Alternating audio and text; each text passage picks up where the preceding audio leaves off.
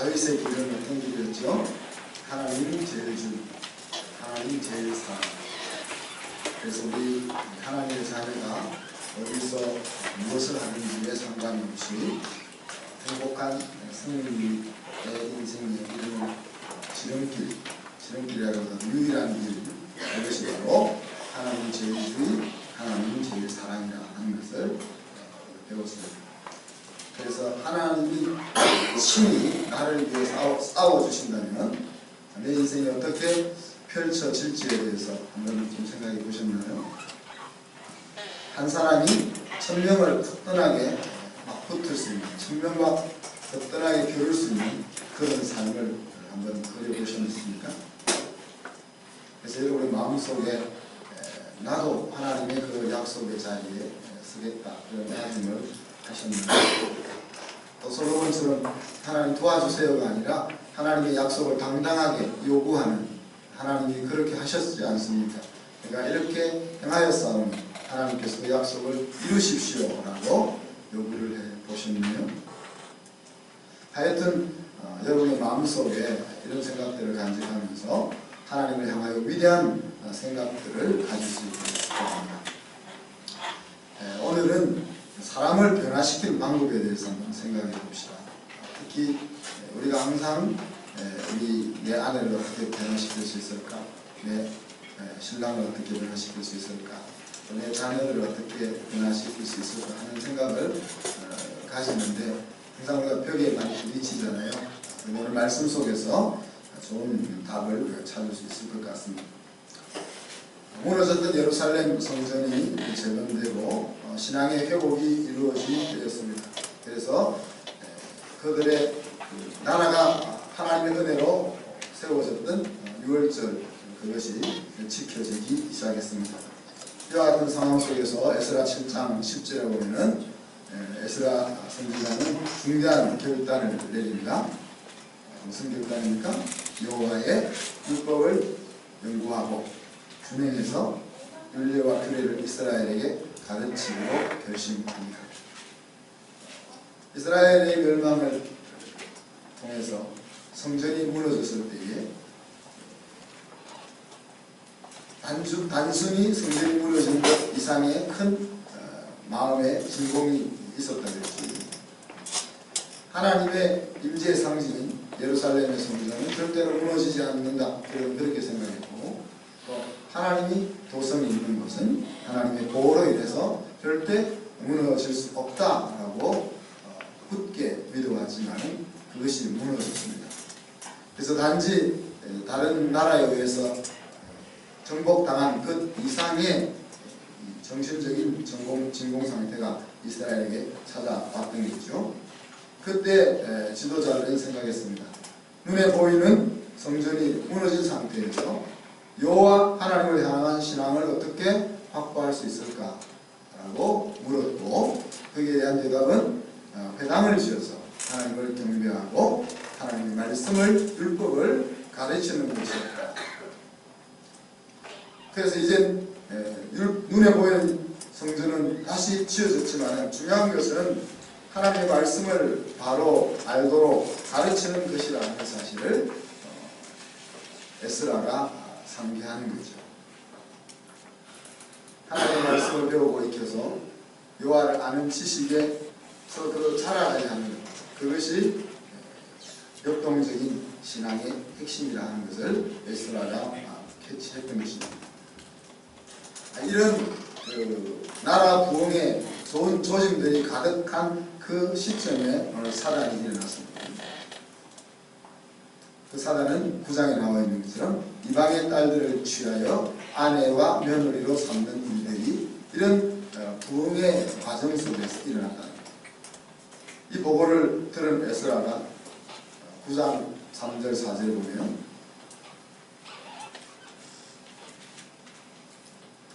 내가 이 일을 듣고 속옷과 겉옷을 찢고 머리털로 수염을 뜯으며 기가 막혀 앉으니 이에 이스라엘의 하나님 말씀으로 말미암아 떠는 자가 사로잡혔던 이 사람들의 죄 때문에 내게로 모여오더라.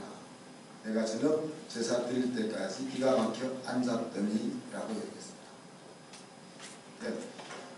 한참 성전이 재건되고 말씀의 부흥이 일어나고 있는 그 시점에 이방 딸을 취하여 아내와 며느리로 삼고 있는 그 소식을 전해 들었을 때에 다리 억장이 무너져서 멍하니 저녁까지 아무 일도 하지 못하고 앉아 있었다. 기가 막혔다. 그런 표현을 사용하고 있습니다. 자, 이방의 딸을 취하여 아내와 며느리로 삼는 일이 에스라 선지자에게 그렇게 큰 문제였었다. 신명기 20장 15절로 18절을 보면 그 중에 16절을 보면 오직 내 하나님 여호와께서 내게 기업으로 주시는 이 민족들의 성읍에서는 호흡 있는 자를 하나도 살리지 말라 했습니다. 이 앞부분에 보면은 가나안 땅을 들어가기 전에도 이방 땅을 지나가잖아요. 이방 땅을 지나갈 때 하나님 내리신 조치는 먼저 그들에게 화평을 선포하라고 했습니다. 야, 우리 너희랑 안 싸우고 사이좋게 지나갈래. 그런데 그 화평을 받아들이지 않고 대적할 때는 그들이 진멸하는 거예요.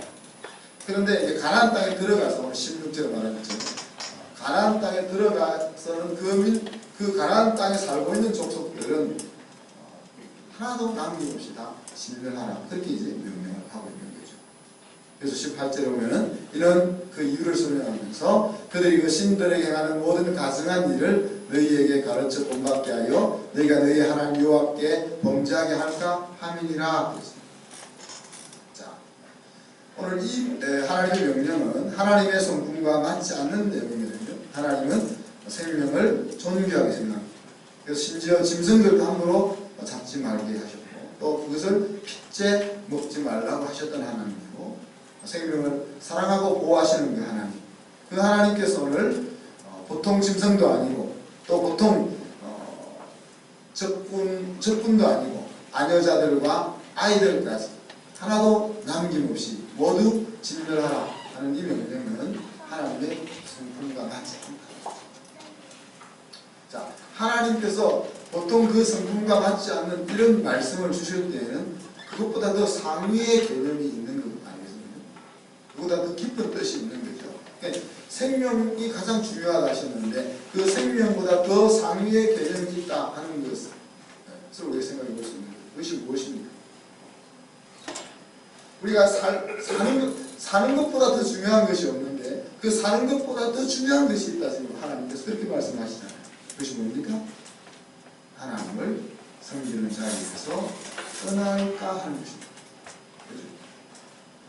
자기 자녀들이 하나님께 범죄하는 것, 그것은 그들의 불행을 의미하는 것이고 그들의 인생이 망하는 것을 의미하기 때문에 그것이 육신의 생명을 유지하고 사는 것보다 더 상위의 개념이다.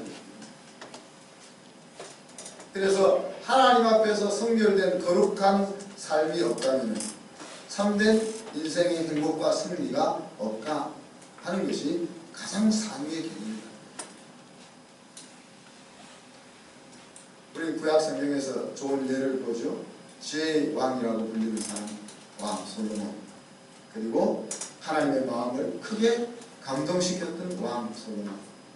그리고 죽은 열강들에게 그 능력과 지혜를 마음껏 뽐냈던 그 왕 솔로몬.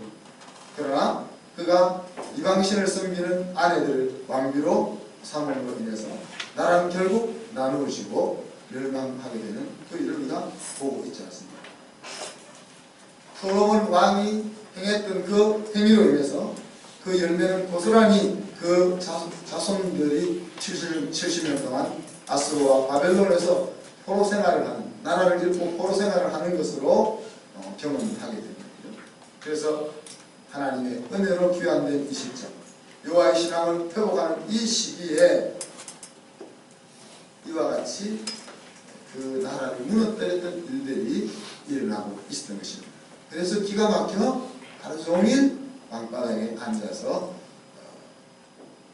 화도 내니까 화 내는 것보다 더 기가 막히게 이렇게 더 심한 일이 일어나면 액션을 취하지 못하니까 세상과 동화되어서 하나님의 자녀로서의 인식과 생활을 잃어버리는 일, 다윗의 길을 떠나서 느바스의 아들 여로보암의 길을 걸어가는 그 일, 그것은 바로 하나님 제일주의와 하나님 제일사랑을 떠나는 모습이죠. 그렇게 산다면 하나님이 허락하신 복된 인생을 맛보지 못할 뿐 아니라 누릴 수 없는 자리에 서고 마는 것입니다.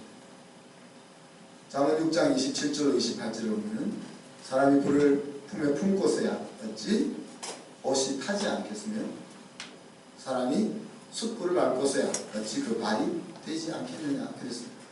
무슨 말입니까? 내가 불을 가슴에 이렇게 가지고 옷이 안 타게 해주세요 하는 이야기들을 우리가 한다는 이야기예요. 그러니까 여기서 숯불을 던지면 되는데 숯불을 위에 서서 하나님 내 발이 되지 않게 해주세요 한다는 이야기. 실제로 그런 사람은 있어요. 꼭 그와 같은 어리석은 행동을 우리가 한다는 이야기죠. 하나님이 복을 줄 수 없는 자리에 서 있으면서 복을 달라고 해요.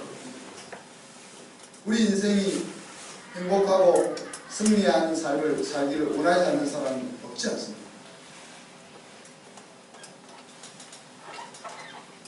나는 그냥 마음대로 살다가 고생하다가 죽어도 괜찮다, 그렇게 생각하는 사람은 없지 않습니다. 모든 사람이 인생의 승리와 행복을 나름대로 다르지만 다 그것을 생각하고 추구하지 않습니다.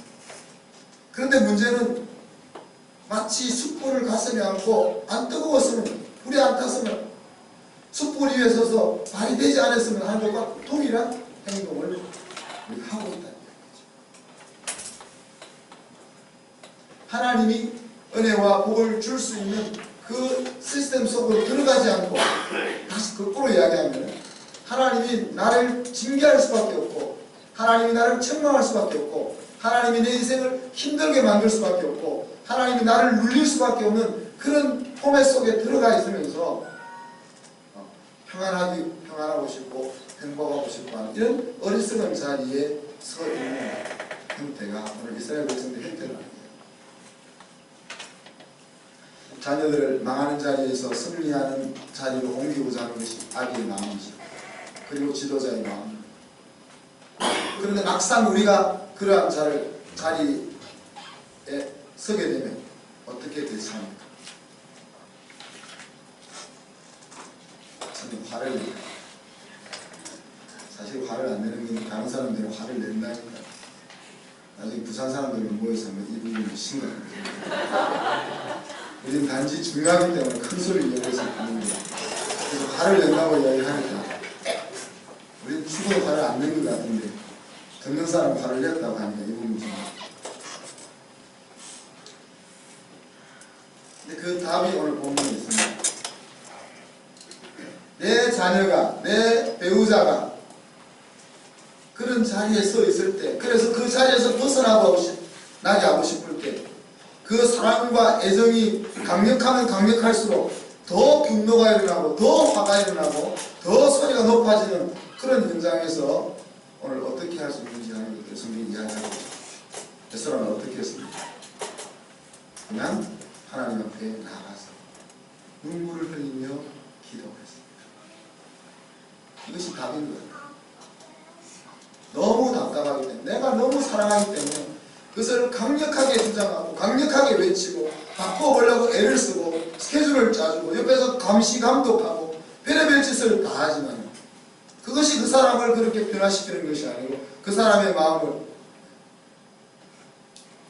힘들게 괴롭힌 만큼 힘들게 크게 사랑했는데 그것을 크게 사랑했다고 이해하지 못하고 크게 힘들게 했다고 이해하는 그런 현상이 일어나기 때문에 오늘 에스라는 그냥 뭘 하고 있어요? 하나님 앞에 나가서 눈물을 흘리며 기도하고 우리 성경 속에서 많은 사람들이 눈물을 흘립니다. 병들어 죽게 되었을 때 자신이 하나님 나라를 위해서 행했던 일들을 어떻게 수고했는지를 하나님 앞에 치사하게 하나하나 아뢰면서 하나님 내가 이렇게 했었는데 나를 좀 봐주세요 라고 기도해 눈물을 흘렸던 히스기야 왕의 눈물이 있습니다. 시편에 보면 망해버린 조국의 부흥을 위해서 부흥의 조짐이 보이지 않는 그 나라의 앞날을 생각하면서 기도하며 흘렸던 믿음의 선배들의 눈물들이 있다고 했습니다.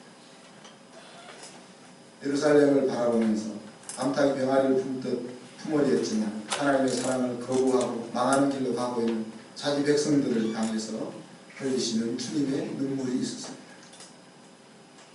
또 예수님을 부인한 후에 마음에 질려서 담 바깥으로 살며시 걸어나가서 그렇게 울었던 베드로의 눈물이 있었습니다. 예수님을 은 30명에 팔고 후회하면서 목숨을 스스로 끊으면서 흘렸던 가룟 유다의 눈물이 있습니다.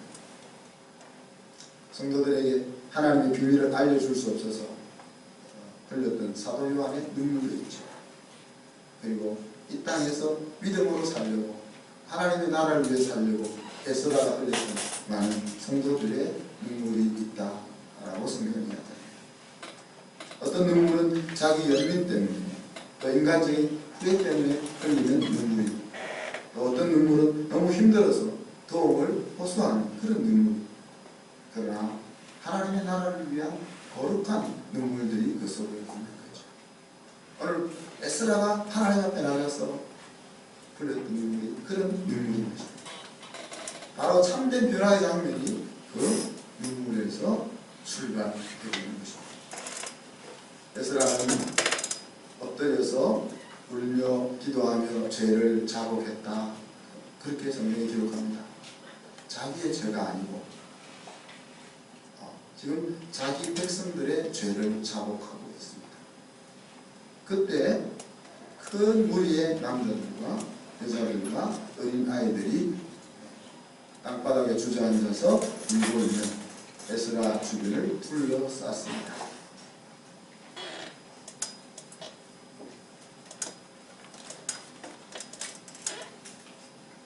그리고 그들도 역시 크게 통곡했다. 항상 그렇게 눈물을 흘리는 가운데 스가랴라는 사람이 벌떡 일어났습니다. 그래서 먼저 백성들의 죄를 대표해서 에스라에게 고백합니다. 누가 시킨 것이 아니었습니다.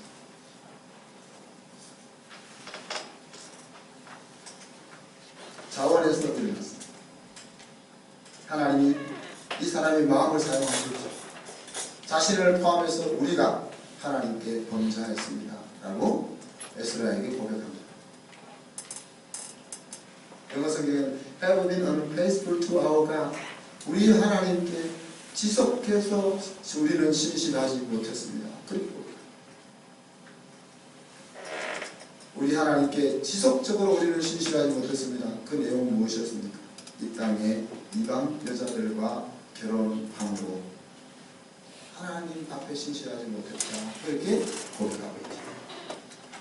창세기 6장 2절로 3절을 보면 하나님의 아들들이 사람의 딸들의 아름다움을 보고 자기들이 좋아하는 모든 여자를 아내로 삼는지라 그런 표현이 나오죠.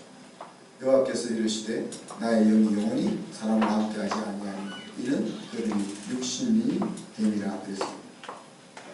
오늘 이스라엘 백성들이 행했던 행동들이 시대를 지나면서 계속 반복적으로 일어나고 있는 겁니다. 창세기에서부터 눈에 보이는 껍질을 바라보게 될 때, 눈에 보이는 껍질을 바라보게 될 때, 그러면 오늘 성경은 뭐라고 여겼습니까? 그들이 육신이 되었다 그렇게 여겼습니다. 하나님의 영이 일할 수 없는 그런 고립 덩어리가 됐다. 그래서 그 속에 더 이상 하나님의 성령이 함께 할 수 없다라고 얘기합니다. 하나님의 능력이 없어서 함께 못하신다는 것이 아닙니다. 우리가 스스로 영적인 만물의 영장의 자리를 내려놓고 그냥 동물과 같은 고깃덩이의 자리로 우리의 삶을 선택하기 때문에 방법의 성령이 우리 속에서 움직일 수 없다는 이야기죠. 로마서에 보면은 육체의 소욕이 이끄는 대로 우리를 행하면은 성령의 소리는 들리지 않는다는 것입니다.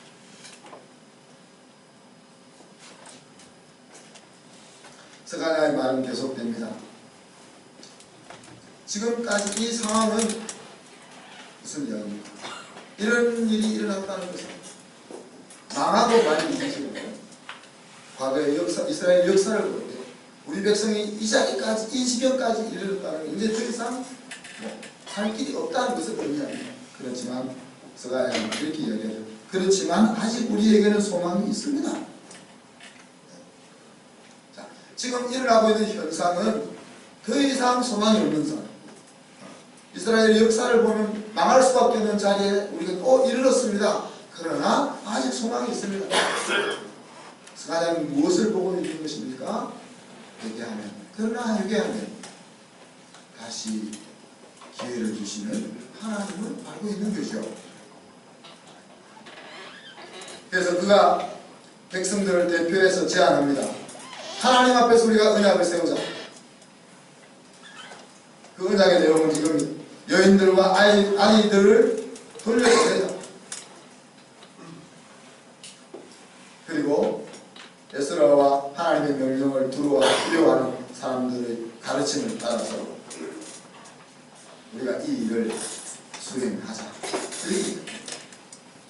그리고는 에스라에게 당신은 하나님께서 우리가 이 일을 할 것이니까 당신은 하나님께서 당신에게 주신 사명을 힘써 실행하십시오. 우리는 당신을 지지할 겁니다. 라고 격려합니다.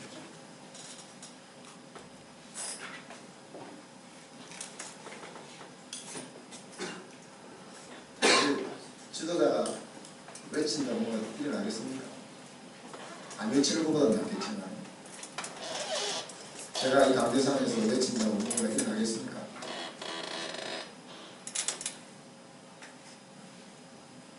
하나님의 말씀이 여러분의 심령 속에 들려지고 또 들려지지만 못 일어나잖아요. 여러 가지 얽혀있는 것이 많습니다. 근데 그 중에 서없는 사람이 일어날 수도 있고 성령의 인도함을 받는 사람이 일어날 수도 있죠. 그렇게 앞장서서 무너진 곳을 막을 위하는 사람이 일어날 때 그 공동체가 하나님 앞에서 세워지는 그런 모습들을 볼 수 있는 거죠. 이에 에스라가 울며 앉아있던 자리에서 일어나 계획을 실행합니다. 업장이 무너져 앉아있던 그 에스라가 스가랴라는 백성이 일어나서 회개하고 격려할 때 자기에게 주어진 소명이 무엇인지를 다시 한번 되새기면서 에스라가 자기 자리로 나가고 있는 것을 보게 되는 것입니다. 그래서 에스라는 먼저 무릎을 꿇고 금식하며 회개합니다. 그리고 백성들을 모아서 저를 돌이킬 계획들을 세우고 그것을 실행할 것을 촉구합니다. 그리고 족장들을 불러다가 10월 1일에 조사를 위임하죠. 그래서 3월 1일까지 10월, 11월, 12월 그러니까 석 달 동안 이 족장들이 조사를 하게 되죠. 오늘 읽지 않았지만은 그 조사를 해보니까 이방 여인들을 취하여 아내로 삼고 며느리로 삼았던 사람들이 명단이 쭉 올라왔습니다. 그들 가운데는 제사장들이 있었습니다. 그들 가운데는 레위 사람들이 있었습니다. 성가대원들도 있었습니다. 그리고 많은 백성들도 있었습니다. 이 명단이 만들어집니다. 회개가 의미하는 것은 무엇입니까? 오늘 이들에게 회개가 의미하는 것은 무엇입니까? 아내와 아이들을 돌려보내는 이것입니다.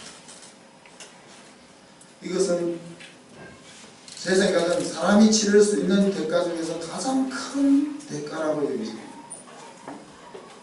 믿음의 조상이었던 아브라함도 이런 아픔을 경험했었습니다. 하갈과 이스마엘을 내어 보내야만 했을 때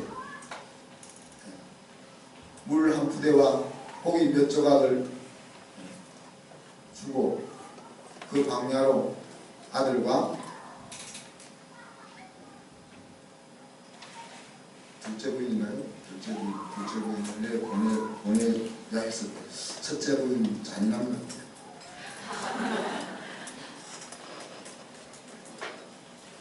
인간적으로 불쌍히 여기는 마음으로 그 자리에서 떠나지 못한다면 결국은 사실 모두 불행해지고 마는 것입니다.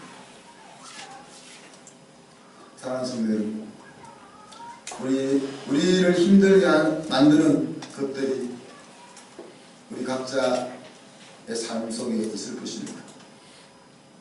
아들, 딸의 행복을 위해 바로잡고 싶은 것이 있을 것입니다. 배우자에게 또 사랑하는 사람들의 인생의 승리를 위해 바로잡았으면 하는 것들이 있을 것입니다. 그때 우리가 주로 취하는 태도는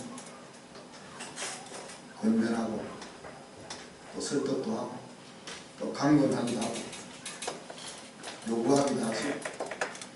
앞에서 말했던 것처럼 그 바람이 크면 클수록 그 강도는 세워집니다.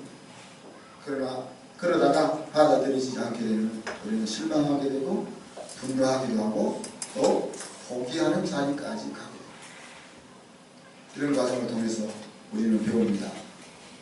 사람은 그렇게 해서 바뀌는 것이 아닙니다. 그래서 한참 이렇게 저 같은 나이가 돼야 배웁니다. 근데 오늘 우리가 배운 방법은 무엇입니까? 안타까움을 가진 사람이 하나님 앞에 나아가서 눈물을 흘립니다. 눈물로 하나님 앞에 나아가는 것입니다. 언제까지? 그 대상자가 깨닫고 스가랴가 일어나서 외치는 것처럼 일어날 때까지 우리는 하나님 앞에 나가서 눈물을 흘리며 나아가야 하는 것입니다. 1년일 수도 있고 10년이 될 수도 있고 아니면 죽을 때까지일 수도 있습니다. 그렇지만 이 길 말고는 사람을 바꿀 길이 없다는 거예요. 그래서 사랑하는 사람의 인생 승리를 위해서 꼭 변화되었으면 하는 것이 있다고 생각된다면 성경책 손표지 속에 기록을 하십시오. 그리고 날마다 눈물로 하나님 앞에 나아가십시오. 그의 잘못을 나의 잘못으로 알고 회개하면서 하나님 앞에 나아가십시오. 언젠가 하나님의 때가 되면 그 사람이 일어서고 세워질 것입니다. 제가 말씀 생각하면서 같이 한번 기도합니다. 하나님, 내 속에 있는 인생 승리를 향한 답답함, 그것을 가지고 불안해하고 고민하지 말고 하나님 앞에 오늘 되살아서셔서 눈물로 나아가게 하여 주옵소서. 같이 한번 1분 동안 기도합니다.